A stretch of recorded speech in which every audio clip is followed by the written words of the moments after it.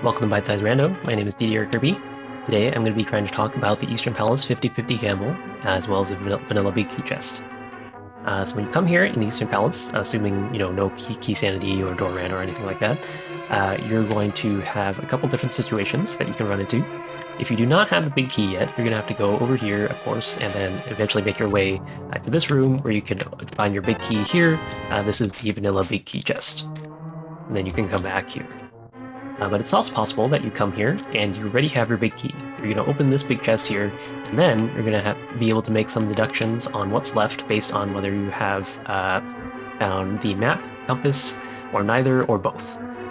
For example, if I have found neither the map nor the compass yet, then I know that the two remaining checks in the dungeon, which are the Armless Knight's Prize and the Vanilla Big Key Chest, are both map and compass.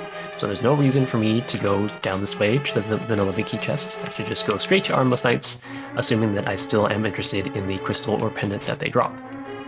Similarly, if I have found both the map and the compass, then I know that both Armless Knights and Vanilla Big Key Chest are non-dungeon items, so they are potentially progression. If I want to get both of those checks, then the fastest way to do that is to do Big Key Chest first, and then do Armless Knights second.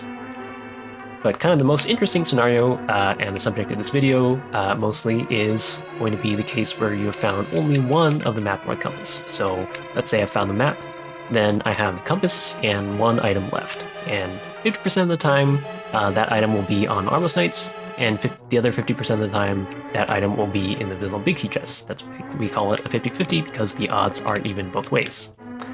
Now, you could approach this scenario the same way. You could do Vanilla Big Key Chest first, and then Armless Knight second, because that is the fastest way to do both of these checks. But another way to handle the situation, especially if Armless Knights is a crystal, is to skip Vanilla Key Chest and then just go and do Armless Knights first, because Armless Knights has crystal, you need to do that, so let's do that first. So once you defeat Armless Knights, you're going to be spit out at the entrance of the dungeon, and based on what Armless Knights has dropped, you'll be able to figure out whether you're leaving an item behind. So if Armless Knights already had your item, then you never needed to go to Big Key Chest and you just save yourself a bunch of time. But otherwise, if Armless Knights had the compass, then you know that there's still an item left in the dungeon. Now at this point, you could elect to just leave and say, I don't want to come back for that item because it's going to be really slow to get.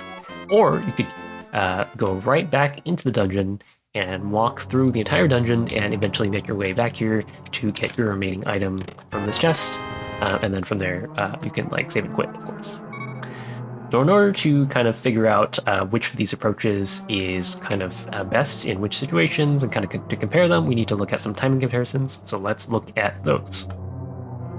All right, so I have a ton of different videos here. All these are going to be without boots first. So in the top left, we're going to be just going from here to the big key door. And on the top right, we're instead going to be swinging out and around to get to the big key chest. So the difference between these two videos on the top is going to tell us how much time it costs to get to the big key chest first. Now on the bottom left, we're going to measure how much time it takes to get to the big key chest from the entrance of the dungeon. So this is basically going to be the case where we went to Armless Knights first, and then we decided that we want to go back in because we left an item behind in the big key chest and we want to go get it.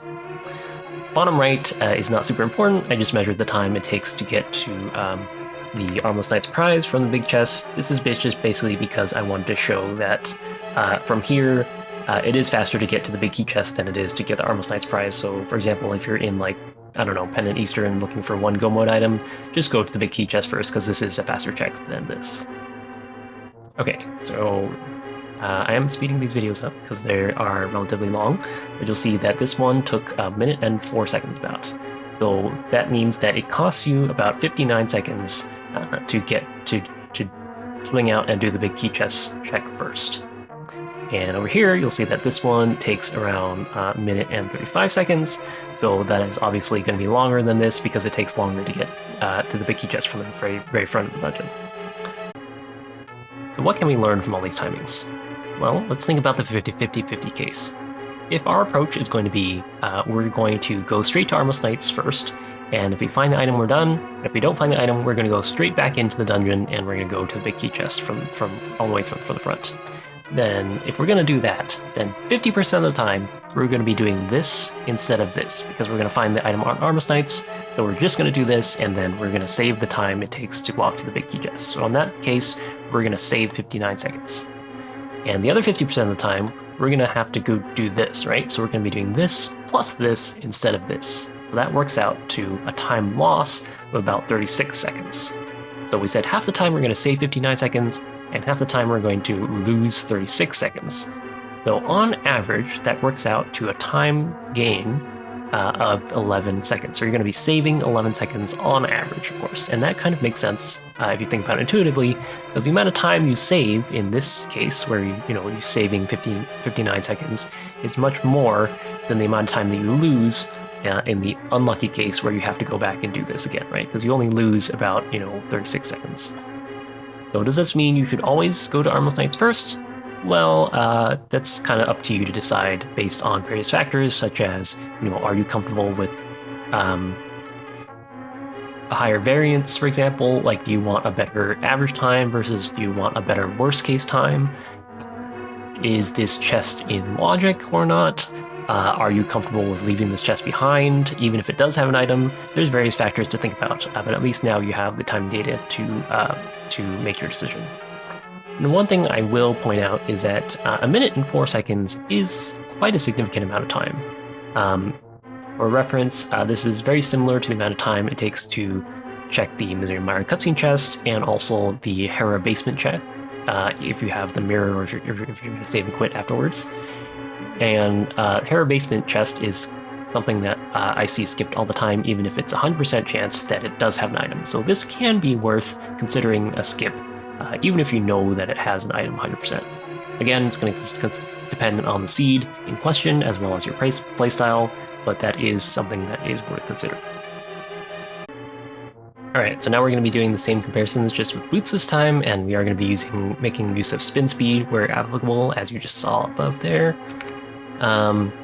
So while these videos are playing, I do want to point out that in these, hypothetical time differences, I am assuming that you're going to basically save and quit immediately after you're done with the entire Eastern Palace area.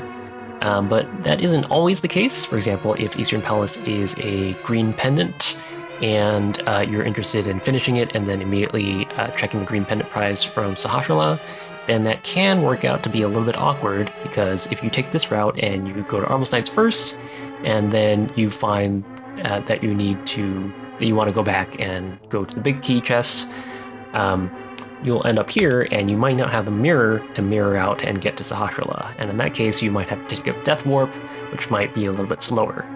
It's still gonna be okay as long as you have maybe like five hearts or less, because these anti-fairies will do 1 heart of damage no matter what armor you have. But if you have, coming in here with like 8 hearts or not, or above, then that Death Warp can actually cost you a significant amount of time. So that can make this a little bit less worthwhile of a route. But as far as the time differences go, this difference here is going to be about 52 seconds, and the time loss for doing these two compared to this one is going to be about 33 seconds.